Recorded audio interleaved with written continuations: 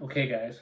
So we're kind of out of the sales aspect. I wanted to talk about some realistic expectations with this job. Okay. I hear a lot of people getting frustrated because people fall off their book of business. Quite often, I hear people getting really frustrated because the sales aren't going the way they want to. Guys, we're doing phone sales. Okay, we're selling over the phone. We need to set our expectations to be realistic here. The reality is, guys, if they're willing to buy from you over the phone, right? To buy is a tough word because they're just signing up for a plan through you, right? If they're willing to sign up with a plan through you, they're going to do it through somebody else too, okay? Which is why at the end of the call, as I talked about yesterday with closing, it is so important that you set expectations. Okay, so one thing that I've started doing, and you guys will probably hear this from other brokers as well, is give them your name and your phone number. Explain to them that your job is not to be the carrier, okay? Because you can't be taking calls like, "Hey, can you get me my card?" You can do that if you want. Some people say that's like the best. It's like a best practice. Realistically, guys, your job is to make sure that they're getting the best benefits they can and keep track of that for them. That's your job. So I always give them the carrier's number and say, "Hey, any claims, anything to the hospital, anytime there's issues there, I want you to call this number first. If they can't help you, then call me and I'll get you the right number." Okay, the number will be on your card. The next thing I do is I give them my phone number. And I let them know really clearly, if there's any issues with the plan in the first 3 months, I want you to call me first. After those first 3 months, I want you to call the number on your card, right? It's just realistically, I know it's kind of opposite of what I said, but if you don't want to lose your clients, let them call you first for the first 3 months, okay? Your job is not to be the carrier, but if I don't have the answer, I then give them the carrier number. All right. So carrier number, explain to them when they would use the carrier number. Your number, explain to them for the first 3 months, and after that carrier number, and also let them know that you want to be the broker for life. And if they get other calls, other things like that with more benefits, to call you and let you know so you can adjust where you need to adjust. Okay. The third thing, okay, and this is one thing that I just have started doing. I started doing this last April. Is make it crystal clear that you can't answer the phone right away. Okay. I let them know if I don't answer the phone, I'll get back to you within 24 to 48 hours. I just have a life outside of the phones. For me, I just tell them I have my family at home. I have my weekends that I like to enjoy, and I like to give that time to my family. I have sports I like to play. I like going to the gym. I like just having me time. And if you make that expectation really clear, when you don't answer the phone because they called, they won't be mad. Okay, they'll be like, okay, he's busy, he's got a life, right? Not only does that, first of all, A, make you look more professional or trustworthy because you're being upfront and honest, but B, it also tells them that, hey, I will get back to you, and I do care about you. If you tell me you can call me anytime, I'll pick up right away, and I promise I'll answer all your questions, I know everything, guess what? When you don't answer your phone call because you are driving and you can't answer, they're going to be pissed off when they when you call them back and they go, "Hey, you told me to pick up no matter what. Where are you at? What are you doing?" Because you didn't set proper expectations, okay? Remember, your job as a broker is benefits and making sure that their plan goes as they expect it to go. Your job is not to be the end all be all for all problems. Otherwise, your book of business is going to call you for all problems, and you are no longer going to be a broker helping people find clients. You are going to be customer service. And it's a tough balance. I get it. Okay, you want to be there for clients? Yes, be there. But just be wary that you won't know all the answers and that you can't always be there, right? So, once again, guys, just if that's the best way that I've found for effectuation is to mention those three things.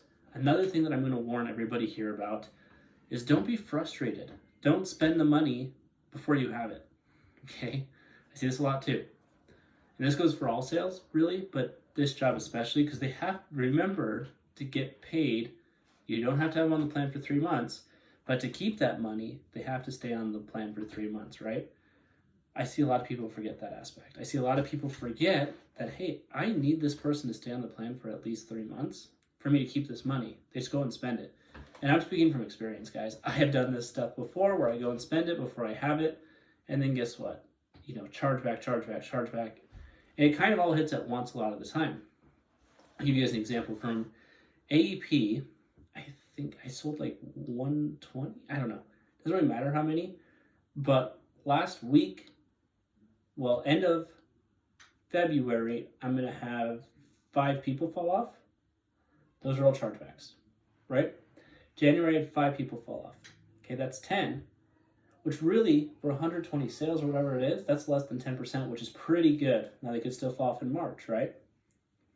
So 15 out of 120, I guess that's about 85 effectuation. That's 85% is what you should be shooting for realistically. And I think I got that wrong. I had 5 in January, 8 this month, 13 out of 120, so 88% retention rate, which, guys, 85%, if you guys can keep that, is really good. My hope is to keep it and not have it drop below that because, March, people can still make changes. But I have a common rule. If every day you sell 2, every day, 2, you can set your goal higher. Your goal could be 1. When you're starting, it's just 1 a day, right? When you're starting, just 1 a day. But just think of it this way, guys. Even if you do 1 a day, we'll just say 1 a day for your heaven's sake. That will replace the 10 that fell off, guaranteed, because you sold 20 that month. If you're working a 5-day work week, right? 5 times 4 equals 20. You should be at least selling 20 a month. So, if you're selling 20 a month, 80, right, and you have an 85% effectuation rate, it doesn't matter who falls off the book of business. Still call them. I'm not saying don't call them. Still call them, but be honest with yourself. If you called them over the phone and sold them, what are the odds that someone else is going to do the exact same? It's pretty high. Or someone will have the ability to, at least, right? It's pretty dang high. I am not saying to you guys what's going to happen to your future. I'm not saying that this is going to happen, but you have to be realistic, okay? We're doing phone sales. We're not in person. They don't know what you look like. They don't know. They only know what you sound like. They only know that you were kind to them on the phone, that you offer them good benefits. That's all they know about you. It's not a personal attack on you. So get over it. If someone falls off your book of business, and if you don't call back to try to get them back on, your fault. Your fault. But even if I call back and someone's like, hey, and I'm just like, hey, I saw you switch your plan to Aetna. Did you mean to do that? You'd be surprised by how many times people didn't mean to do it.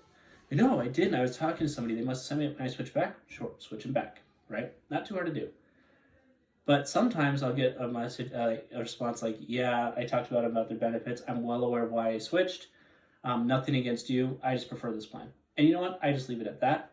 Some people might try to push harder, be like, well, would you remember why you signed up for this plan? That's totally fine. It's up to you. For me personally, I'm like, okay, great. I am still here, and I am still going to call you pre-AEP to go over your benefits again. Just so you are aware, I will call you again pre-AEP. That's why I let them know. So that way they know I'm okay with you switching. I'm okay with you, making changes. I will call you pre-AEP next year to make sure that if that's the right plan, you keep it. And it's okay. It could be the right plan. But I also want to let you know if there's richer benefits, I want to let you know I'm still going to be here for you to help you as a broker. You're not burning the bridge. You're just letting them know, I understand that you switched. It's okay. I'm not mad at you. I'm not frustrated with you. I can understand why you may have made that decision. Just know I'll still be here for you guys. All right, guys. So we went over a lot there, like a lot. Just remember, effectuation, explain your phone number, who you are, when they should contact you versus the carrier. If you don't answer, to call the carrier. And the last thing to remember when you're doing those calls is to make it crystal clear that you cannot answer every single time they call, right? Then we have realistic expectations of phone sales that even if you do close, they could switch plans still, and that's okay. It's not worth getting mad over, okay? On top of that, you need to be well aware that when they do fall off, you can call them. Don't be rude. Don't be upset. Just let them know you'll still be there for them as a broker. All right. If you take away those 5 things from this, I don't even know what to call it anymore, like a little training, a little whatever, just know, like, as long as you're genuinely trying to help them, there should be no reason why you ever get angry at yourself, at them, or other brokers. Okay? Thanks, guys. Best of luck.